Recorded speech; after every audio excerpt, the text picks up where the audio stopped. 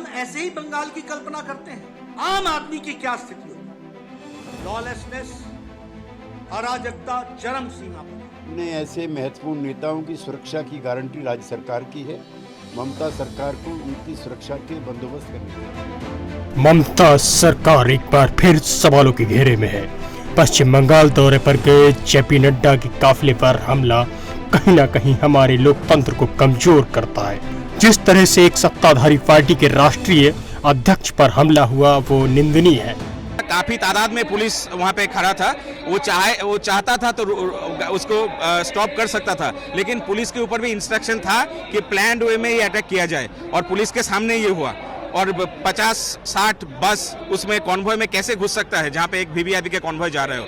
तो ये बेसिक जो डेकोरम होता है एक प्रोटोकॉल, सिक्योरिटी प्रोटोकॉल का, वो ममता बनर्जी का भतीजा खुद जानता है। लेकिन ये पहले से प्री प्लान था और इसके पिछले दिन भी आपने देखा है ब्लैक फ्लैग दिखाया गया नड्डा जी को। तो मतलब हमें शर्म लगता है कि हम बंगाल में हैं और बंगाल का सीएम का नाम है ममता बनर्जी। ये हमला उस वक्त हुआ जब भारतीय जनता पार्टी के राष्ट्रीय अध्यक्ष डायमंड हार्बर जा रहे थे। आपको बता दें कि डायमंड हार्बर ममता बनर्जी के भतीजे अभिषेक बनर्जी का संसदीय क्षेत्र है। तभी उनके काफिले पर हमला हो जाता है। इस काफिले में उनके साथ कैलाश विजयवर्गीय भी थे। कैलाश विजयवर्गीय के मुताबिक उनकी गाड़ी पर जबरदस्त तरीके से पथराव किया गया। सुनिए उनकी ही जुबानी।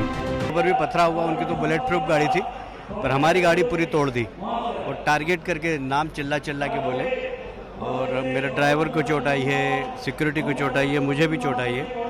और मैं समझता हूँ कि अराजकता की हद है। ये डेमोक्रेसी की स्थापना करना है और मैं समझता हूँ जनता की जवाबदारी है कि जनता इस दिशा में निर्णय करे कि बंगाल का अपमान, बंगाल की संस्कृति और संस्कार का अपमान कब तक होने देंगे हम। मैं समझता हूँ ये बहुत ही अक्षम्य अपराध हुआ है और इसकी जितना निंदा की जाए कम है। लगता है इस बार का पश्चिम बंगाल चुनाव बड़ा दिलचस्प होने जा रहा है। शायद इसकी वजह एक ये भी है कि पश्चिम बंगाल में बीजेपी कुछ ज्यादा ही सक्रिय है, जिसको लेकर टीएमसी की लगातार टेंशन बढ़ती जा रही है।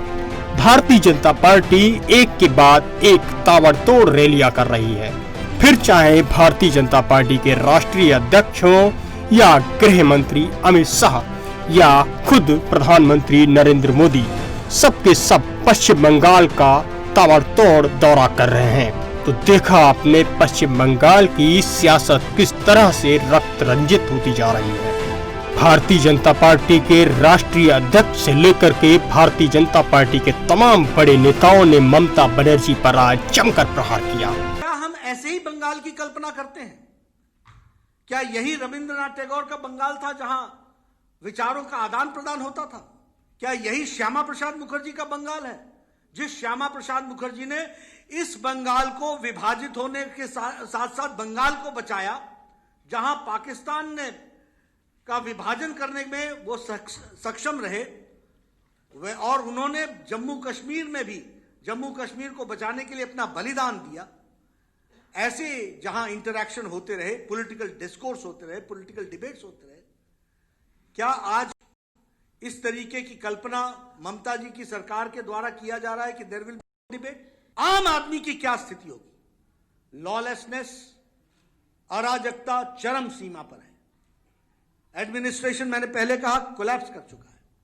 हमारे एमएलए देवेंद्र नाथ रे, बप्पी घोष, पूरन चंद्र दास, गौतम पात्र, सुदर्शन परमाणिक, शेख लियाकत, गणेश रॉय, शंभारू बर्मन, दीपक मंडल, मनीष शुक्ला, ये सब पिछले 2 महीने में इनका मर्डर हुआ है। इन द पास्ट 2 मंथ्स मैंने सिर्फ आपके सामने 7-8 नाम गिनाए। ऐसी संख्या और श्रृंखला 130 की है।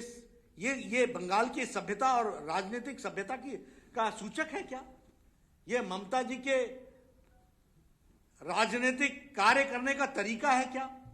बंगाल की जनता को तय करना पड़ेगा और मैं उनसे निवेदन करूंगा कि ऐसी सरकार को लॉक स्टॉक एंड बैरल इनको विदा करना चाहिए और ऐसी सरकार भारतीय जनता पार्टी के उसमें बनानी चाहिए जिसमें सबका साथ, सबका विकास और सबका विश्वास को